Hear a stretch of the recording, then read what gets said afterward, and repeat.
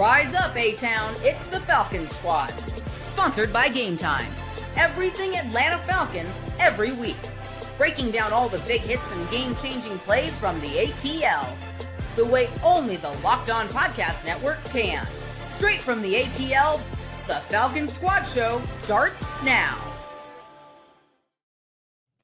Welcome to the Falcons Squad Show, your home for the best Atlanta Falcons football talk. I'm your host, Tenitra Batiste. Alongside me, our Locked On Falcons host, Aaron Freeman, Locked On analyst, Jarvis Davis, and 11 Live anchor, Maria Martin. The Squad Show is part of the Locked On Podcast Network, your team every day. MPX mixing it up, necessary or no?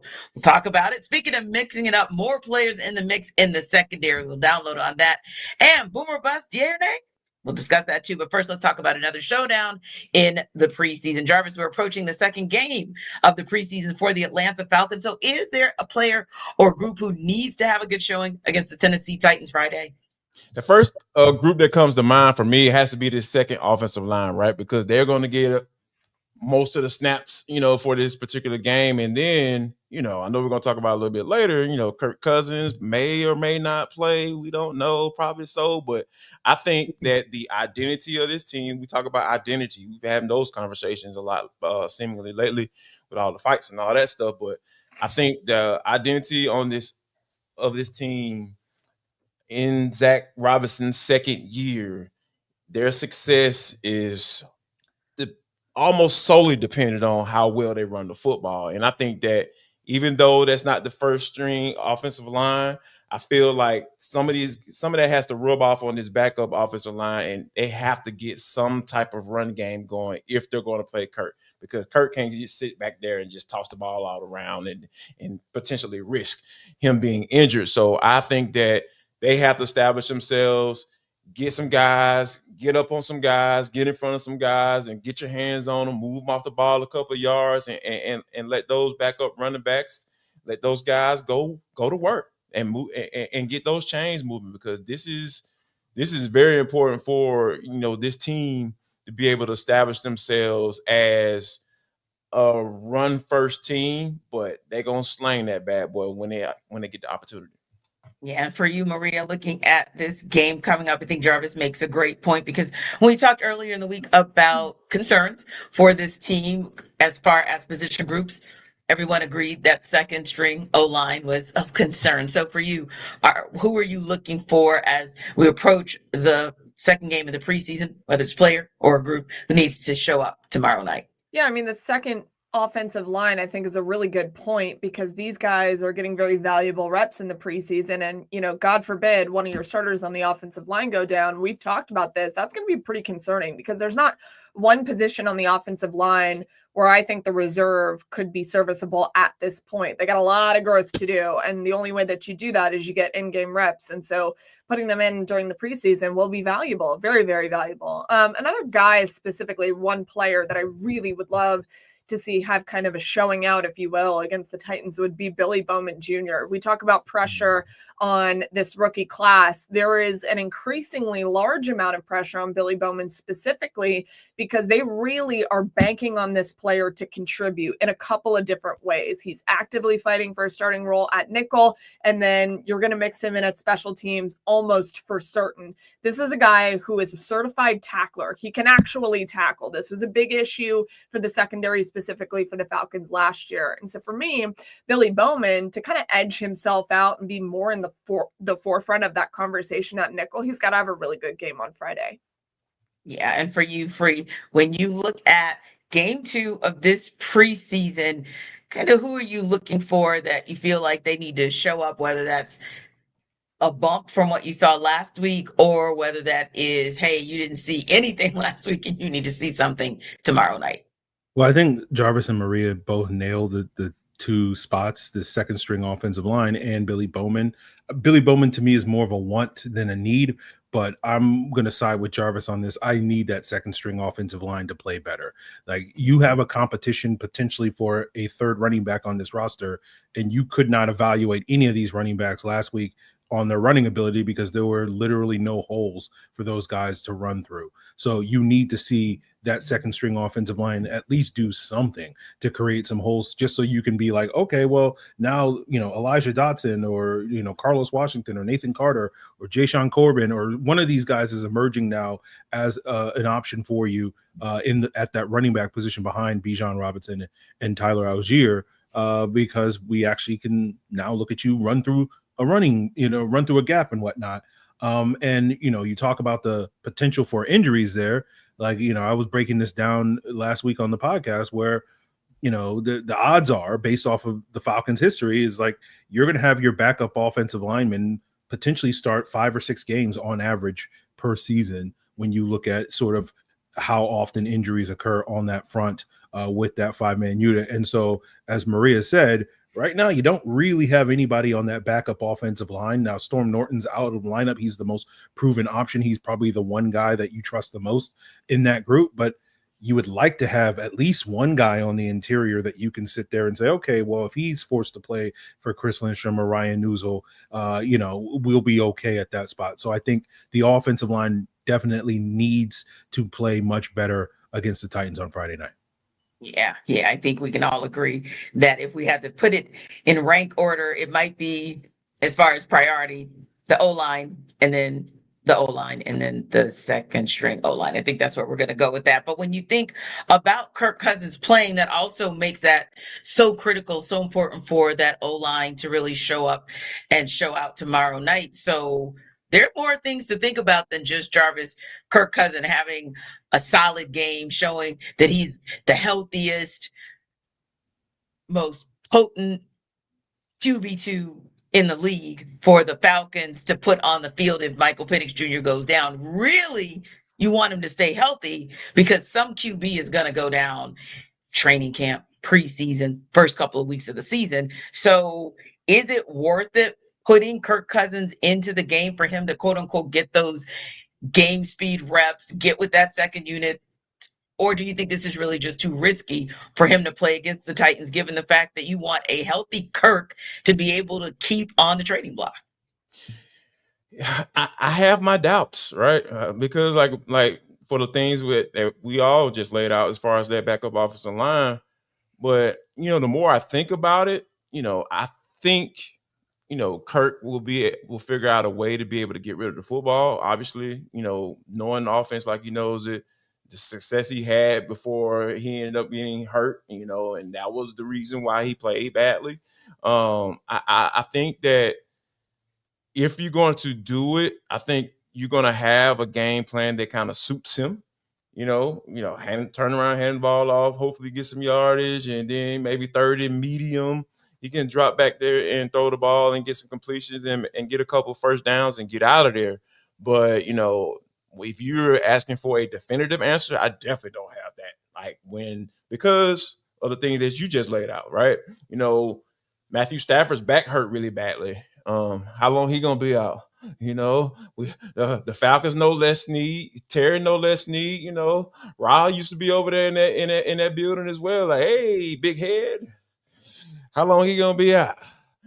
Gonna give us a little 4th round pick, man. Let's call it a day. You know what I'm saying? And kind of move on from that standpoint because Easton Stick is just amazing. They have the backup quarterback of the future. That's just. I mean, File free. It's okay. The Falcon prophet himself has said it. So he has spoken. You're pushing the Aaron Freeman agenda. Because Kirk is expendable at this point. You know what I'm saying? Like, we've seen what we need to see from Easton Stick. So, that's where we are right now. You know what I mean? Like, I wish I could do my Aaron Freeman imitation because, he was in whisper mode, when a certain person was on his show. Like, the whole tone and tenor just changed of Locked On Falcons. I'm talking about positivity was just bleeding over the airwaves. Y'all miss it out of life. You don't, listen to Locked On Falcons. So, just know that when Maria is on Aaron's show, it's positive positivity, and he gonna have his bedroom voice on. You know what I'm saying? I'm just saying those two things are going to be true. But yes, T, I know I'm going on the tangent, but follow And me. slightly down the rabbit hole and off the tracks, but go ahead. I'm going to land the plane. I promise you. Please and Here we thank go. you. Here we Please. go. So yeah, if you're asking me definitively, should Kirk play? I don't know. But if I can see a scenario where he can be safe, because that's what I'm worried about. I'm concerned about his injury issue stuff behind this kind of shaky, semi-shaky backup offensive line. But I think overall, if they do decide to put him in there, I believe he'll be okay. I think it's fine if Kirk plays. I really do. And I'm not expecting him to play an entire half like Easton Stick did. I think that would not be the plan. And I do think that the Falcons, if they do decide, which from what I understand will kind of be a joint effort, they're going to ask Kirk as well, is this something that you're up for? Do you want to do this? It's not just, hey, Kirk, get out there. Rob made that very clear on what day of the week is this? On Wednesday, that it was going to be a conversation with Kirk Cousins before they decide to trot him out there against the Titans. Again, I think it should just be a series or two, and if only he doesn't get hurt. So obviously we don't want that to happen. Right. And Kirk, honestly, in my opinion, has had one of the best weeks we've seen from him in the offseason during training camp. And again, this is with second team offense, and he looked very, very good. And especially on Wednesday, he did. So for him to go out there and prove to the 31 other teams where someone is going to need a quarterback, Tenitra, to your point, at some point throughout the NFL season, go out there and prove, I'm ready. Whatever happened to me in the Saints game, whatever happened prior, whatever I was dealing with, all of that is gone. To me, with a veteran quarterback, you prove it in a series. You prove it in 2 series. I have enough tape to have enough confidence. And obviously it depends on a couple of different things within the game, but they should have enough confidence that he's good to go. So for me, no big deal. Put him out there for a series, maybe 2, like maybe if you want to get crazy, but a whole half of the game I just think is completely out of the question, and it should be for someone like Kirk. And I know we're dying to see Easton Stick come out there and manage this offense. I think you're going to get plenty of that on Friday, as well as Emory Jones, but I think it actually would be smart to put Kirk out there for a series or 2. Where I sort of land on it is you just got to weigh the risk reward, right? Like as Maria said, I think at most we would see Kirk for like 2 series. And the reward is that you can build a market for Kirk that doesn't really exist. I know Jarvis mentioned the Rams, but this is disrespect for Jimmy Garoppolo, who's been in that system, who's basically at this stage in his career, basically Kirk Cousins at this stage in his career. And so, if the Rams are without Matt Stafford, like they got Jimmy G for like 10 cents on the dollar compared to what they would have to pay to get Kirk Cousins off the Falcons' hands. That's the part of the conversation. So I think all shade towards Jimmy G, by the way. Also, who else did the Rams have at quarterback?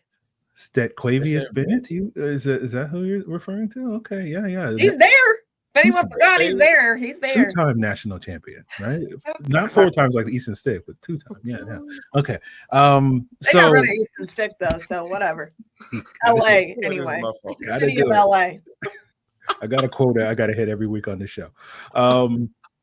So you're hoping, if you're the Falcons, Kirk goes out there for the up to 2 series that we're talking about, plays well, and all of a sudden that drums up maybe a little bit of a market that currently, as we sit here, like no one's banging down the Falcons' door for Kirk Cousins. And, as T said, like, maybe there's an injury or whatever, but at that point, but then you have the risk of like, no one's banging down Kirk Cousins' door. And if he goes out there behind the second string offensive line with second string wide receivers and doesn't look good, then people are going to be like, oh, he's cooked, even though we all understand that the circumstances were not in Kirk's favor. So that's the conversation I think the Falcons have to have, is like, yes, we can maybe play Kirk on Friday, and this will help us, in a month or 2 or whatever, where someone trades for him. But at the same time, it also could kind of kill any chance of a team coming for Kirk if he doesn't go out there and play well for the up to 2 series that he plays with. So that is I think the trade-off. As Maria said, like ultimately if it's Kirk's decision, then, based off what we know about Kirk, he's going to want to play. but we'll just sort of have to see. Speaking of coming for someone, MPX mixing it up. Necessary or no? We'll take that under further review.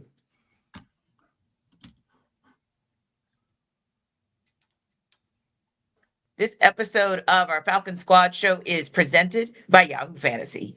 It's the best time of the year. NFL kickoff is almost here, and that means fantasy football season is back in full swing. And this year, Yahoo Fantasy is turning things up with a fantasy football experience like never before. This year, I think we'll get back at playing some Yahoo Fantasy, and you should too, whether you're a first-timer or a veteran making your millionth league. So one of your favorite features might just be the new Guillotine Leagues. They just dropped. Every week, the lowest scoring team is eliminated, and the last one standing wins. So to celebrate 28 years of fantasy football greatness, Yahoo Fantasy is dropping 28 big new features over 28 days throughout August.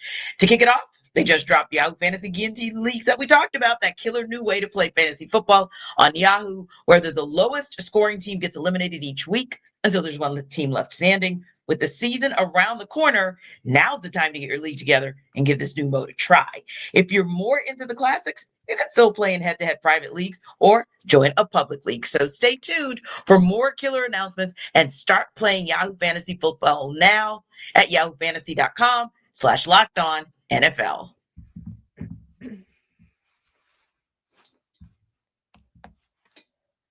So, Maria, there were several dust-ups on the second day of joint practices. Michael Penix Jr. was allegedly in the mix in one of them. Is there any positive you can glean from QB1 getting all involved, all up and through joint practice scuffles? Oh, Mike wasn't allegedly involved. He was very much in that scuffle. And it wasn't just Mike, okay? So there were so many fights happening on multiple different fields. And then you turn around and special teams is getting into it. And so I think everybody just ramped up the competition. And I don't even know. It wasn't about the temperature outside. There was just something going on at practice. And according to Mike's account of everything that happened, there were a lot of words exchanged throughout the practice leading up to that moment. And so you get pushed enough, no matter who you are, and there are some words that are exchanged, you're going to turn around and chirp back a little bit. And he claims that he blacked out and he doesn't remember it. I think he's probably got a little bit more of a recollection than we understand.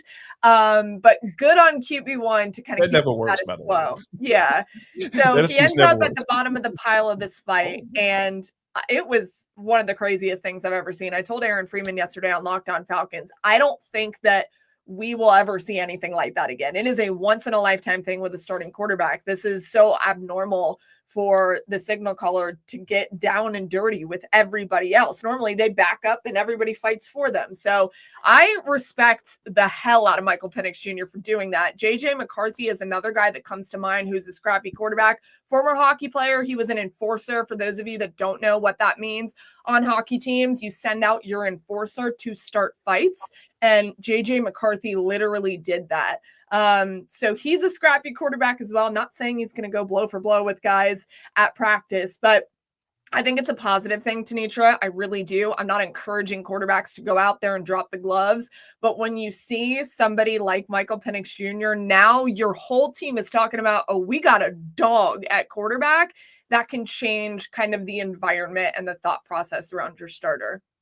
Maybe JJ McCarthy's career can go into the NHL. That'd be great, man. Yes. Although they all really think they have something very special in Minnesota, so we'll see. Oh, yeah. I know we too. I know what. This is from Pasco County, Florida. I'm going to repeat that. Dade City, Pasco County, Florida. Did anybody really ever think that Michael Penix Jr. wasn't going to at some point mix it up? I said Dade City, Pasco County, Florida. I covered him, and he went to Tampa Bay Tech. But I'm going to move right along. Yeah, don't let me comment about parts of Florida. Don't let me get in on that. Exactly. So I'm like, this doesn't surprise me. This just really seems like it's par for the course. But okay. Yes. One thing that I've noticed when you have a young man say where he's from, that's all that needs to be said. He like, man, I'm from Dade City. I was just like, no words need to be spoken after that. Like, If he said, Everyone is hey, supposed to I'm from understand. Dade City, or I'm from Pasco County, or part of Pasco anyway, or I'm from Tampa Bay Tech, or I'm from, hey, look, no commentary. But Yeah, what anyway, about Bree, yeah. hey, and look, Maria, just this is sidebar, but yeah, we definitely know he was in the scuffle. It allegedly is just that street term for street cred. That's all, but we know he was in the scuffle. All right, Free. Now I'm gonna swing this over to you before we have a second segment that goes off the rails. But of course, Michael Penix Jr. allegedly involved in the dust up yesterday. But is there anything positive you can glean from it? I mean, what do you think about the fact that he was in the mix of a little altercation?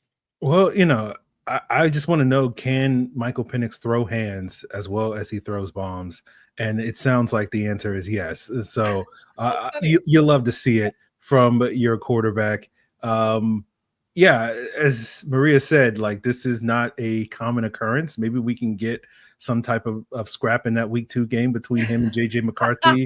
Pregame, awesome. postgame, whatever, get some head to head. I heard Taylor Swift on talking about how she thought quarterbacks were going at it when she first started watching football. She didn't understand that it was, the offense versus the defense or whatever. So I say we bring Taylor Swift's vision into football and get JJ McCarthy versus Michael Penix to see what in that week 2 game. But certainly, yes, I think this can be a rallying cry for this football team. There's been a lot of talk about the fighting and who's picking fights and who's getting in scuffles all summer long, and so this to me is kind of the culmination of that, finding out that your quarterback is at the heart of it, and after all, he is from Tampa, which is no words need to be said after that, because everybody knows the toughest people on the planet come from Tampa. Whatever, that is not true.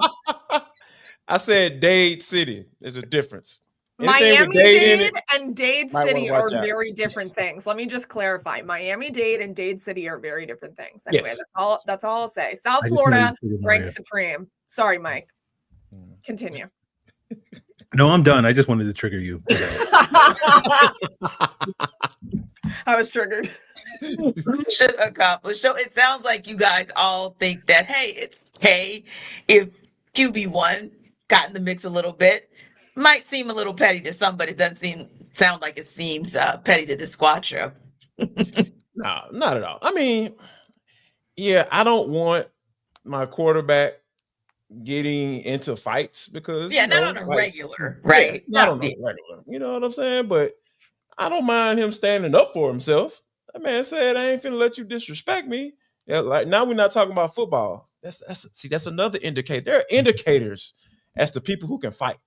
They have certain conversation. The language is a little different and it's very direct. My brother like that. He real quiet, don't mess with nobody. Michael, he has kind of the same demeanor as Michael Penix, like very calm, cool, collected.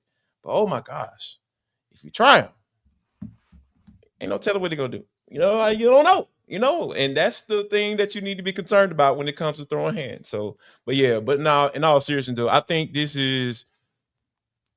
I'm glad that he understands what it means for cats to do command respect. Like, I appreciate that. And I think that, his play is going to do a lot of that, as far as going into the regular season. And if he continues to play like we think he can, I think the consensus is on this show that, hey, man, he's going to have some success, barring injury. I feel like, that's going to gain all the respect he needs. And then, of course, if you got your teammates out here saying, oh, man, he ready to go. Like, so that gets you a little bit more amped up from just a culture standpoint, right? Just the environment. Like, everybody like, oh, man, I'm going to ride for my boy. That's what I'm going to do. Caden Ellis was smiling ear to ear and after practice. Like, you just see the jubilation in his face is just there. And for them to kind of build on that, like Aaron said, I feel like that's something that you can like build off of, going forward. I think, Marie, there were positive returns from James Pierce Jr., another guy who does not mind tussling, but that's more of the conversation and the commentary around what we saw from him at practices in weeks past. But let's talk about game footage. Let's talk about seeing him on the football field and where the need is for more of James Pierce Jr., Jalen Walker on the field for game 2. Have you seen enough of either or both of them, or do you want to see more? I want to see more. I want to see as much as I can from these rookies, to be totally honest. And I think it would do them a disservice to take them out. I think it's different when you're looking at Michael Penix Jr. last year because he was a rookie and, you play him minimally in the preseason. You've seen enough. That's fine. That is a quarterback. That is a completely different scenario. For James Pierce Jr. and Jalen Walker, these are two players specifically that are really raw to me. Do I think that they have starting capabilities? Sure, probably. But do I think that there's a lot that needs to be finessed before we even get into they're definitely starters on this defense? Yeah, I do. And the only way to really understand that is when you put them in a game time situation. You're already starting to see kind of the evolution of James Pierce Jr., which is funny because remember at the beginning of training camp, it was drop the gloves. He's the enforcer. He's the one going out there like being scrappy and doing this and doing that. Now something is turning with James. He's starting to understand that when he talks about the little things, I asked him, what does that mean? You keep talking about, I want to do the little things better. That can mean so many different things for so many different players. And for James specifically, it's technique. It's how he rushes. All of these things that his coaches are trying to clean up, he's starting to verbalize that. He's starting to understand, okay, I don't need to just drop the gloves at practice and be the guy that gets everything mixed up all the time. I need to take it there, but not all the way. So you're starting to see that. And why would you want to take it 2 steps back by not letting him play in a game? So I think continue on the trajectory of letting them play, letting them evolve, especially Jalen Walker, who missed time during training camp with that injury. You got to get him out there. These guys need as much as they can get on the field before we get to the regular season, in my opinion. Yeah, I'm in the same boat as Maria. Like getting these rookies more action is, to me, the best course for these guys.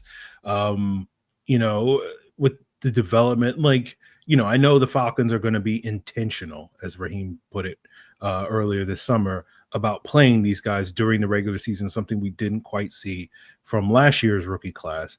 But I do feel like you do have veteran options at a lot of these positions that you can turn to, that if you're going to go with the rookies, you need to have them, for lack of a better term, earn it, and it's not because these guys aren't capable of doing it. Like, I think we all agree when we look at the 4 rookies on the defensive side of the ball, like all of these guys are very capable of going out there and being, week 1 starters. It's not quite the same with the D line with Walker and Pierce, just because you're going to have that deep rotation. We've heard multiple times from Nate Ollie and others that, it's basically 4 snaps in and then you're out. So technically you're not really a starter. You're just all part of the rotation.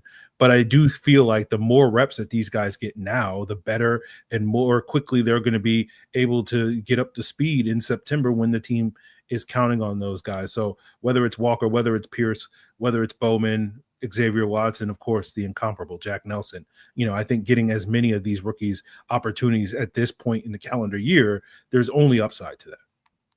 The reason why I feel like it's so dope that Raheem Morris decided to play these guys is because of what Maria just mentioned. James Pierce understands that there's more to it than just going out there and speed rushing, trying to run around folks. It's so much more to this game than that, right? Especially from a technique standpoint. Hey, make sure you have a plan on 3rd and long. Don't just go out there and just try to feel your way through it, because guess what? That ball is going to be gone. You need to know exactly what you're doing before that ball is snapped. So I think, and preseason is a great tool to work those cobwebs out, but work those things out. And then for Jalen Walker, give me more. I need to see more from him, because the more he's out there, the more he gets comfortable in his role. I think Jeff Olbrich said something that I thought was it was profound. When you actually think about it, he was like, Jalen is kind of like a jack of all trades, but like not really a master of one. Like in the NFL, you got to have that. So that's why they decided, hey, we're going to put you at this edge. You're going to become a master of this. And then once you start to get your footing in that area, in that position, in this league, on this level against NFL size tackles, then we'll start to add those other things that we know that you can do well. But the base and foundation of why we picked you in the top 10, hey, I'm sorry, not in top 10. Well, my mind went somewhere else. But anyway, as long as you being in the top half of the first round, like we need to show why we drafted you there and for you to be productive in that role before we start to try to throw some other stuff at you. Yeah, and Maria, there has been a wondering of whether or not Braylon Trice is being made of milk box material because people want to see him, but they haven't. So do you think that we will see Braylon Trice? I think we're going to see him. And the reason why I think we're going to see him is because we have throughout practice, I know that was funny, throughout practice this week at training camp, he's ramped up the reps. I know we didn't see him in that first preseason game against the Lions, but this is someone that I think I've mentioned this on the show before. You wonder, is it too late for Braylon? Like, is there too many other pieces in front of him? And the reason why you wonder that is because of what you just mentioned, Tenitra. He has not been anywhere to be found. And, that was out of his control last year, of course. And that was never the plan for Braylon, clearly, when they drafted him to be the specific edge type of guy that they wanted him to be. And now you've drafted for depth. You've added some pieces that really could potentially be in front of Braylon. And so you're wondering, even though Jeff Ulbricht's plan and Nate Ollie's plan is to rotate these guys as much as they can, they talk about give me your 4 best plays and then you're out of there. So they're talking about, I love all these hockey references today, a changing of the lines of sorts. This is kind of how they're going to approach this defense. But for Braylon, did you miss the boat? Like, did you not? And sometimes in football and sports in general, timing is a massive thing. You could argue that for your life as well. But sometimes the timing doesn't work out on the roster. And I worry about that with Braylon Trice. And so you're going to have to see him. And I think you will on Friday. Yeah, we'll see him. We should. Hopefully. Yeah. Hopefully. Yeah. I mean, there's no reason not to play him. I mean, unless he's more hurt than what they led us on to be as far as his rehab. He had a mishap or something like that, and I don't think that's the case. So, yeah, I think we'll see Braylon Trice and see if number 48 can get after it. Yes, more players in the mix in the secondary. We'll unpack that in next up. This episode of our Falcons Squad Show is brought to you by Monarch Money. Most people can't name all their financial accounts or even what they're worth, whether it's 401ks, properties, or investments. And when you don't have the full picture, you can end up leaving money on the table. That's why there's Monarch Money. It's an all-in-one personal finance tool that brings your entire financial life together in one clean, easy-to-use interface on your laptop or your phone. Monarch does the heavy lifting for you. You can link all your accounts in minutes, see clear data visuals, get smart categorization of your spending, and finally feel in control of your money without ever touching a spreadsheet. Monarch Money makes it simple to review finances with your partner. You can set goals, set budgets, and even spending activity limits in one place. So don't let financial opportunity slip through the cracks. Use code LOCKEDONNFL at monarchmoney.com in your browser for half off your first year. That's 50% off your first year at monarchmoney.com with code LOCKEDONNFL.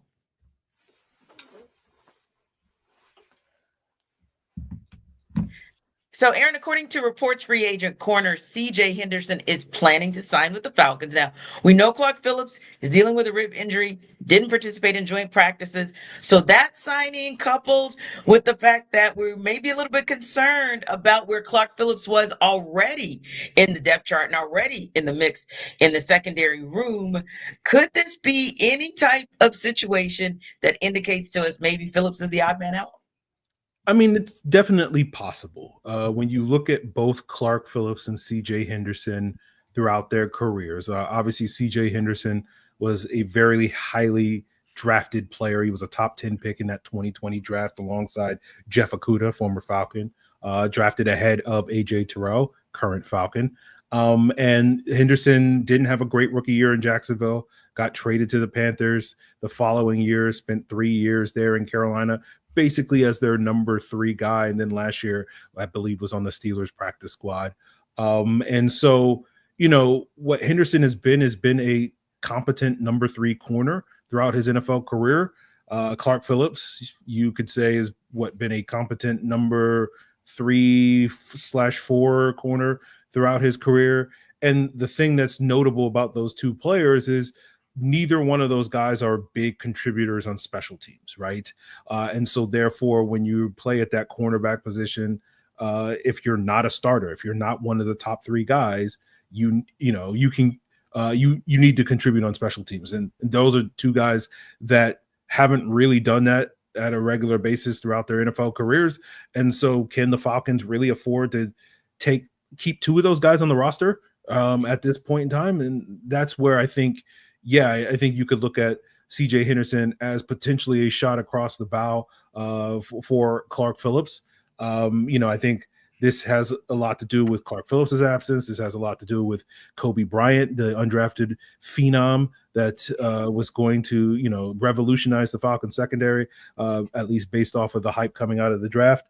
And he's now week to week, and having a week to week injury at this stage in training camp is really going to hurt his chances of making the roster. So I think the Falcons correctly realize, okay, we need to get another experienced cornerback in this room, and hopefully that will bolster some of the depth that I know Maria Martin, among others, was very concerned with throughout training camp.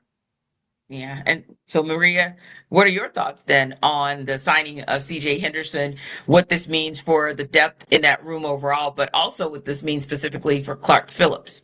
I think the signing makes a lot of sense for all the reasons that Aaron just mentioned, and for reasons that I talked about weeks ago, that the cornerback depth on this team, regardless of these injuries that have now popped up, even before that, it concerned me. So now that you have two guys that you're concerned about being week to week, it becomes a little bit more clear. You're going to have to add some bodies and some very serviceable ones. And I know CJ, Aaron laid out his career path so far very eloquently, but CJ has kind of big time underperformed for the expectations when he was a first round draft pick and making a practice squad last year. His last really productive year was in 2023. And this too, though, is a guy that Raheem Morris has always been very high on. He's always really liked CJ. And so maybe he has the specific vision for this player, and that's why he's walking into this building. And he, reportedly had a couple of different options and chose the Falcons over those. And I would really like to believe, and I'm sure we're going to hear from CJ, that it has to do with Raheem Morris's belief in him as a corner. For Clark Phillips specifically,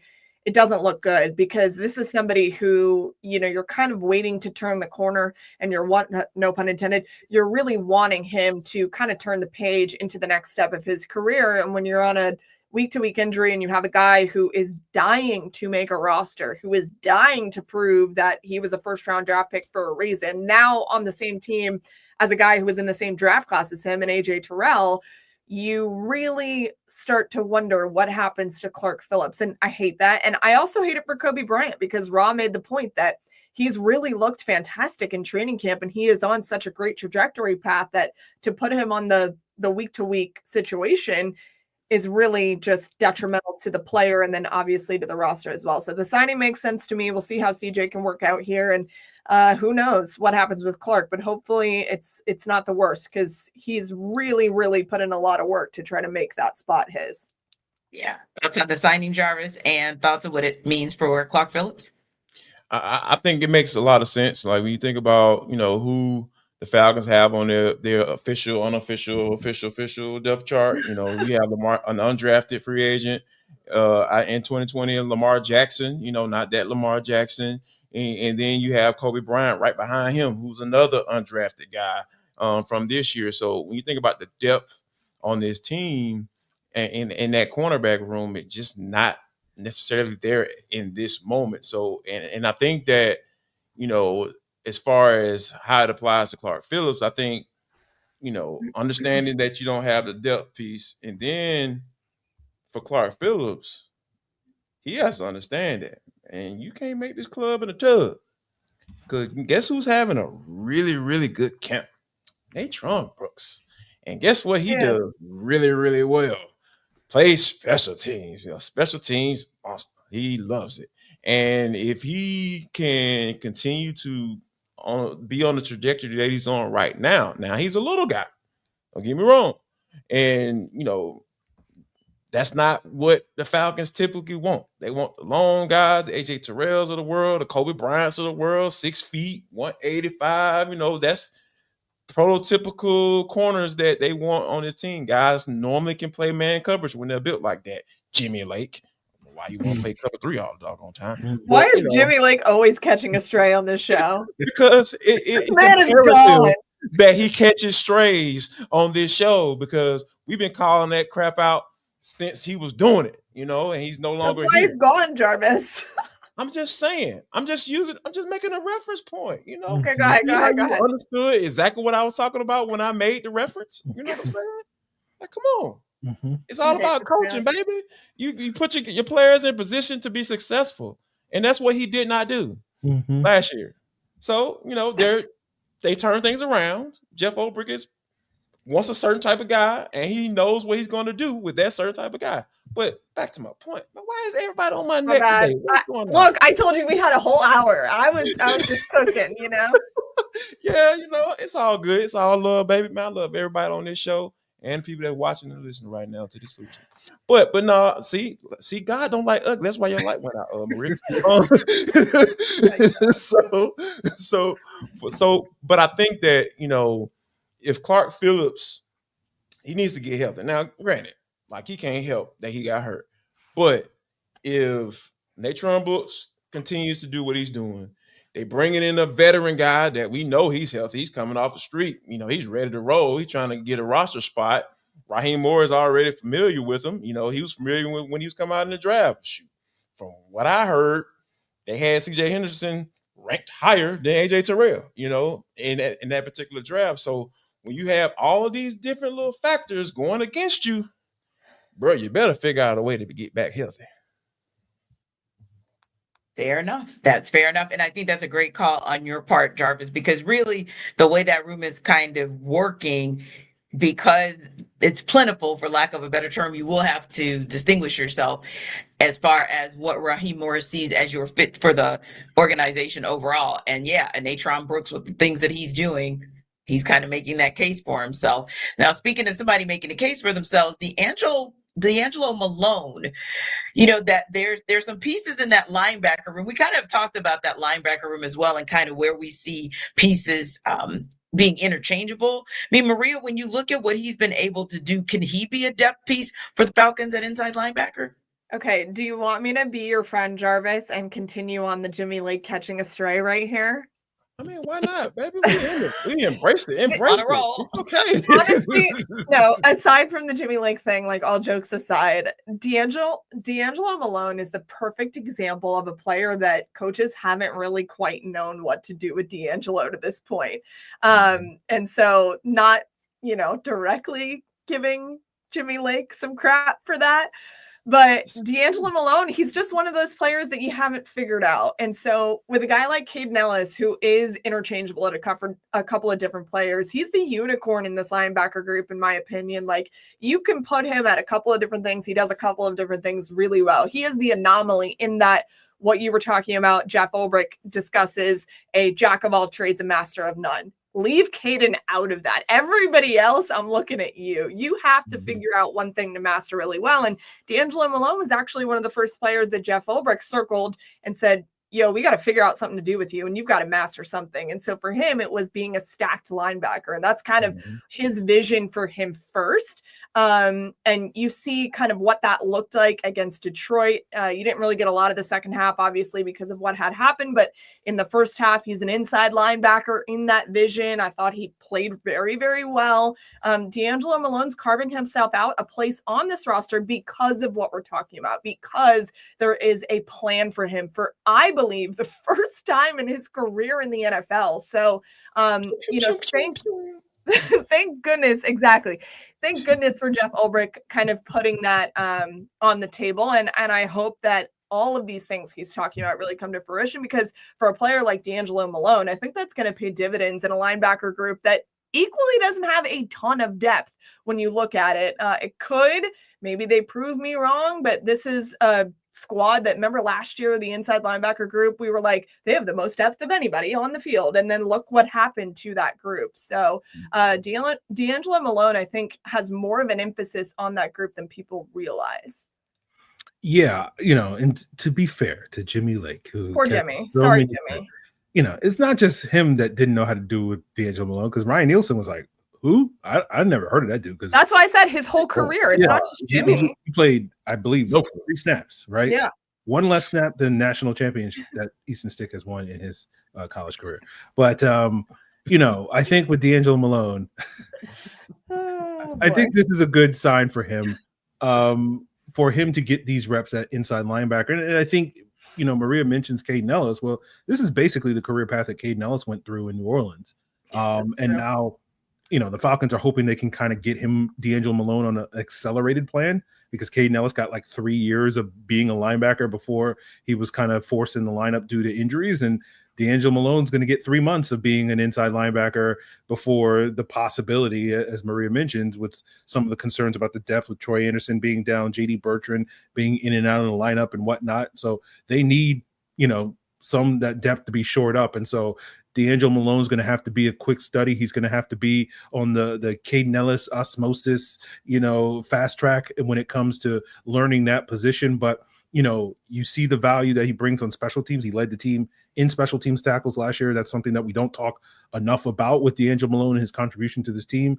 If he can add, we know obviously he's not the world's greatest pass rusher, or else he would have been used in that regard, because boy knows the Falcons could have used some pass rush help over the last 3 years. But he can bring something to that table as a pass rusher. And if the Falcons can get creative in the same ways that they got creative with using Caden Ellis in that role, you could see D'Angelo Malone being maybe a more impactful pass rusher, particularly as a stand-up linebacker, than he has been purely coming off the edge. And so if he can also do all of the other things that a stand-up linebacker can do, stop the run and coverage, that just adds more value to D'Angelo Malone, who for basically the last 3 years has been a forgotten player as this 3rd-round pick that the Falcons picked up, if I'm not mistaken, from the Matt Ryan trade, was the compensation. Very important pick. We didn't get anything out of this. And it's like, now we're finally, maybe we might get something out of this. And so I think this is a good move for D'Angelo Malone.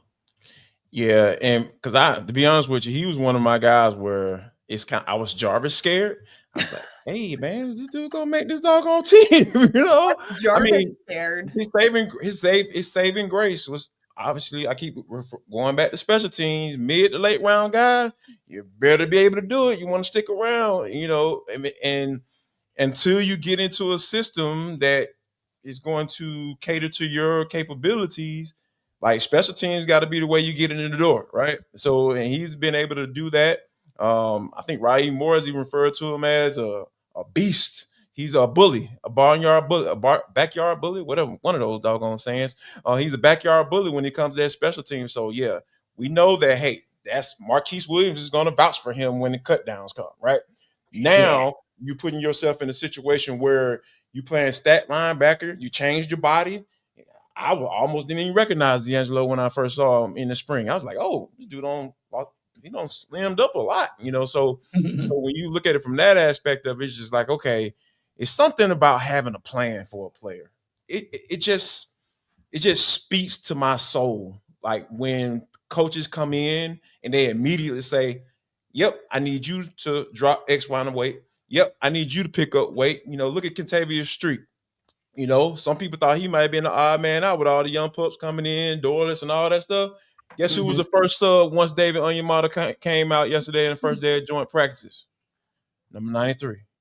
So when you think about coaches having a plan for guys, how they can how you going to make this team, and when you have that plan, they go out there and execute it because they understand that you have their best interest at heart. I love what I'm seeing from D'Angelo, and to see that be put on display against the Lions, and still, get a little run in the second half at the edge spot. I thought it was pretty cool. Yeah. Speaking of, does Raheem Morris love what he sees from Young-hoe Koo? Is it enough? We'll explain next.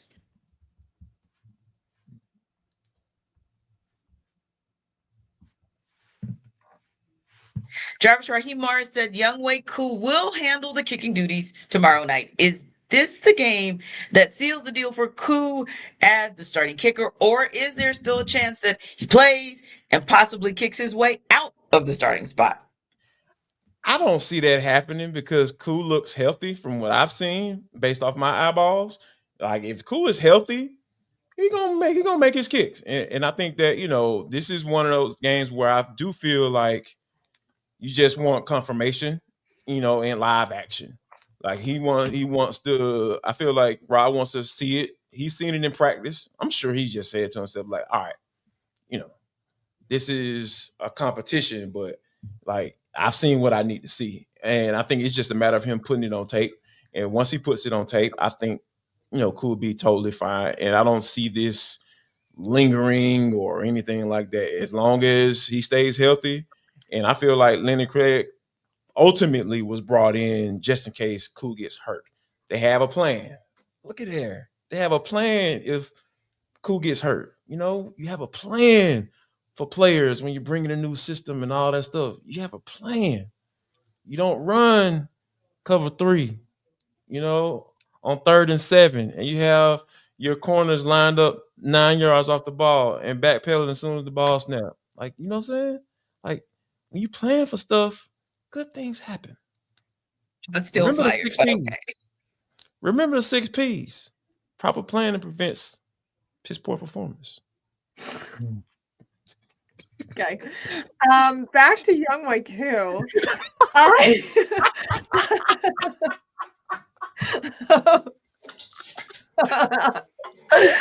So I have said from the beginning, similar to these guys, Tenitra, that it is Young-hoe Koo's job to lose.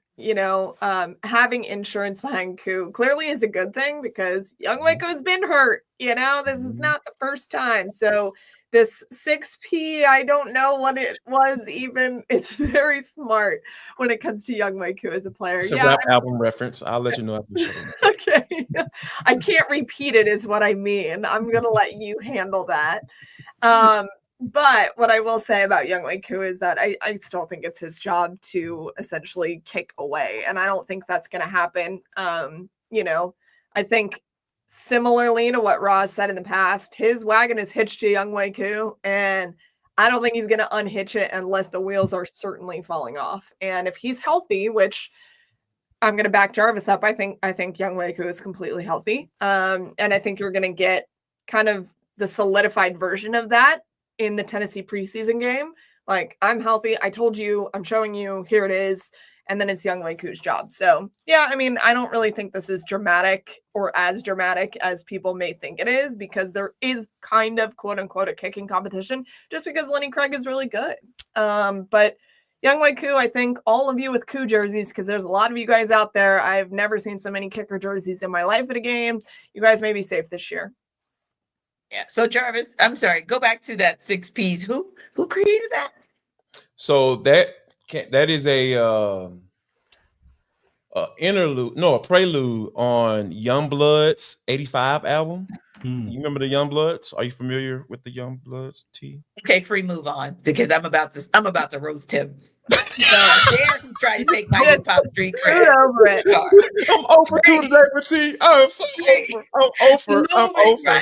I'm sorry. Forgive me. He did not try to question my hip hop credibility. What in the what are we doing? When I just dropped the Jewel for Maria from the philosopher Biggie Smalls, and now in this segment we're questioning my hip hop cred. Oh, free. Oh, the slander. So back to Young-hoe Koo. I'm sorry. Yeah, free, just take me back to Young-hoe Koo, because it's too much. The pain that is resonating in my body right now is just too much.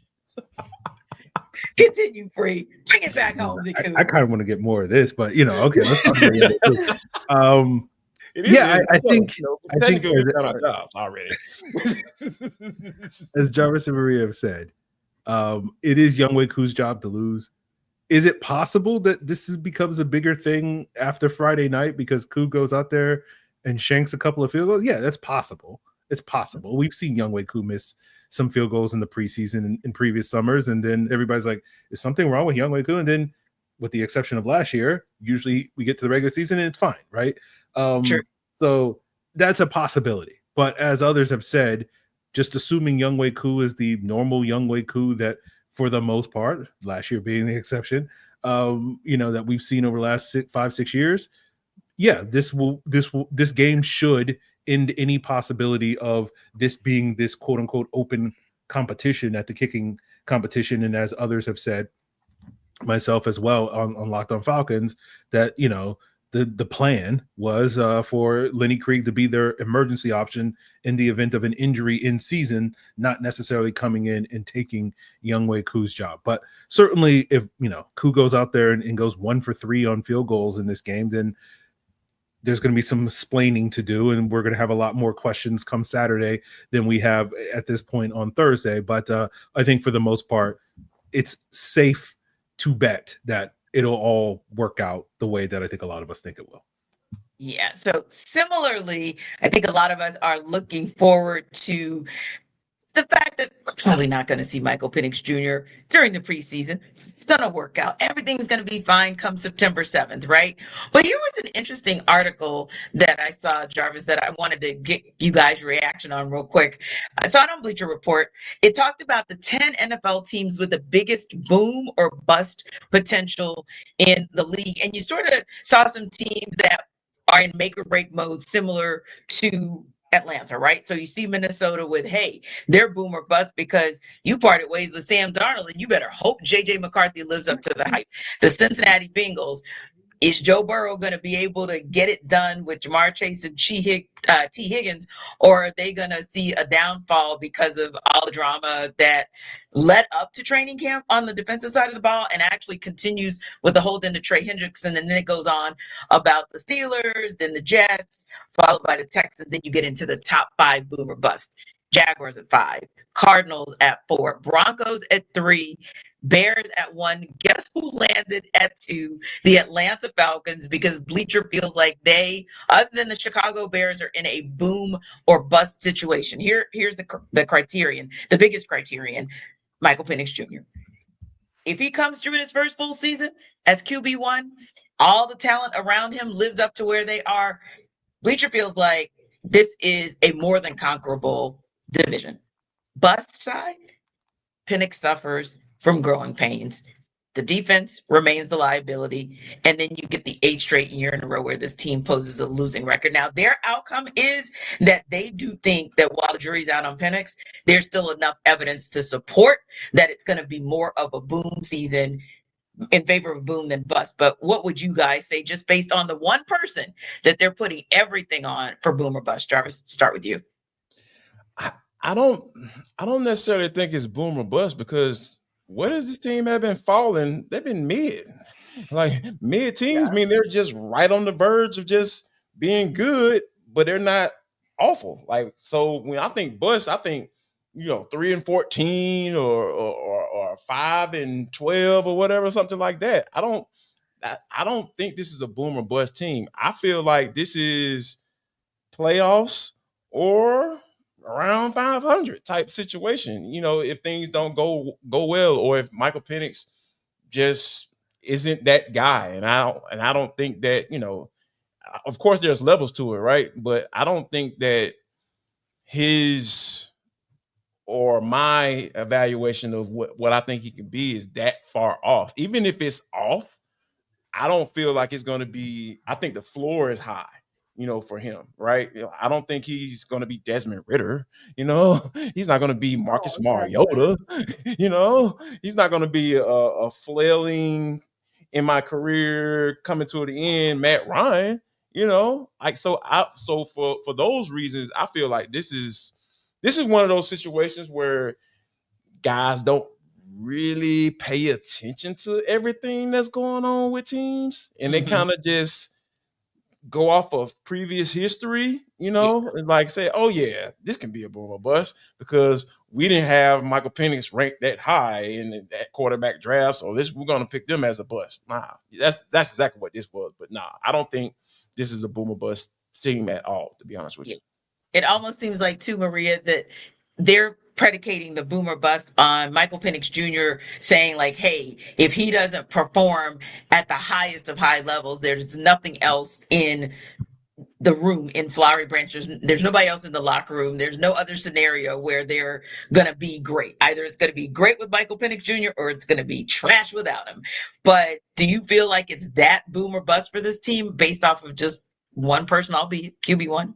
Yeah, I mean, I understand the thought process on it because of the nature of the quarterback situation in Atlanta, and with them having a veteran quarterback and then blowing it up for Michael Penix essentially. And then behind Michael Penix, yes, Easton Stick is there, Aaron, but really like all of your eggs are in the basket of Michael Penix at this point for this franchise. So I understand the thought process with that, but I agree with Jarvis. What's the bust scenario for this team who hasn't made the playoffs since I've been here? And I've covered this team. This will be my 6th season. So there's no real bust scenario other than you have to argue that all around Michael Penix Jr., they've got it figured out on the offensive side of the ball. And then defense, you've really put actual time and energy and effort into that side of the ball this year. So in theory, this should be a better football team. One caveat to this is that I think the NFC South is going to be a little bit more of a tougher out than people realize this year. Last year, we joked that, it was one of the weaker divisions and it was the Falcons to win, which clearly did not happen despite sweeping the Bucs, who eventually won the division once again. But there are teams that have drastically improved within the NFC South, and there is more pressure in that aspect. And there's an immense amount of pressure on Michael Penix Jr. to work out with this franchise. There is no secret about that. Although I just don't see a scenario where it completely deteriorates and it's not what we think it can become. Do I think they lift a Lombardi trophy at the end of the year next year? No, I don't. I think that's a ridiculous expectation for this team that's still growing, albeit they've made really valuable changes. And then at the same time, Jaden Daniels is an anomaly, okay? His first year was something we really haven't seen very much of. And so if you don't get that from Michael Penix Jr., he'll be fine. It's okay. And so I don't know. I understand somewhat of the thought process between the quarterbacks, but I don't really think, I agree with Jarvis, I don't think this is a boomer bust team. Yeah. I'll say this. I think when we think bust and we think, oh, will the bottom fall out and this team will win 4 or 5 games? Yeah, I don't think that's the case with the Falcons. I think bust in this case is what happens if they have another 7 or 8 win season. And that feels like a bust just because that's been the story of this team for 7 years now. And if that lingers into 8, and, a lot of what the Falcons have done the last couple of years is like, hey, we got a new quarterback and that's going to solve the problems, because mostly every other position on offense is basically the same for the last couple of years. And they've basically, whether it was Kirk Cousins last year or now Michael Penix Jr. this year, is like the offense is good to go. We just need to get the right quarterback going. And that's where the boom comes from for Michael Penix and whatnot.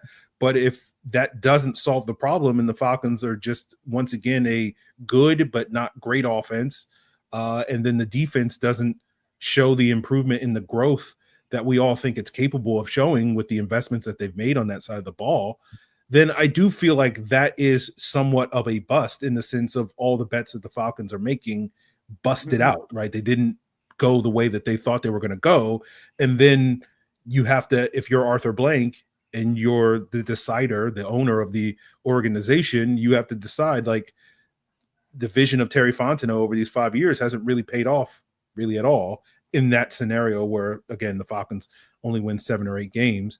And then you have to kind of wonder, like, is Raheem Morris the answer that I need at the position? Because he came in with the idea, like, we fired Arthur Smith because he didn't win games. And then if Raheem comes in and it just wins one more game, like, was that worth all the moves that the Falcons? So I feel like that's where the bust comes from, where it's not, hey, they're a bust where they go 500 or below 500 and they're terrible, but it's just like, if they just have another mediocre mid-season, what are we doing? Why are we going to continue to just keep running it back with the same people thinking it's going to suddenly change? Nothing's more frustrating than being mid for a football team, because you're right there. You're not all the way at the bottom, which you know where you sit if you're there, and you're certainly not winning Super Bowls and not consistently doing that or even making deep runs in the playoffs. So when you're consistently a middle of the pack football team, there is nothing worse than that, because I'm a couple of moves, a couple of coaches, whatever, away from getting into this tier, which is where I want to go. But I've consistently been at this line. I think that's a really valuable point that probably we don't talk about enough. Yeah. Oh, we do. We just call it the Pittsburgh Steelers. Thanks to our everydayers for making the Falcons Squad Show your first listen of the day. Be sure to stop by Locked On Falcons with your host, Aaron Freeman, as your second listen. Check out Maria Martin, host of Sports Extra on Sundays on 11 Alive. And you can catch Jarvis as a frequent contributor for Locked On Falcons and Sports Extra, and a good sport he was today. See you next time.